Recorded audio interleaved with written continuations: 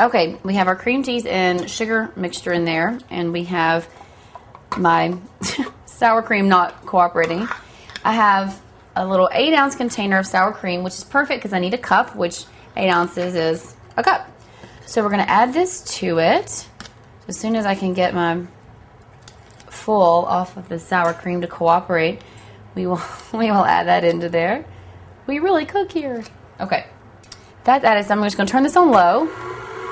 Going, and oh, a little messy. Add this in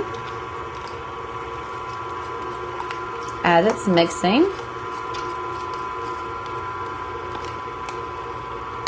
There we go. Got a little on the side of the mixer. That's all right. Scrape down this. Make sure you get everything in there. There we go.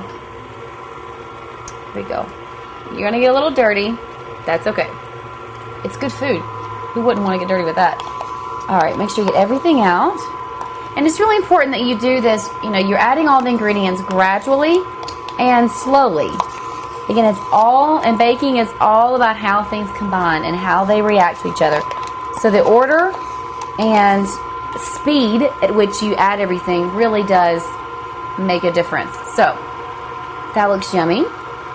And next I'm going to add the eggs.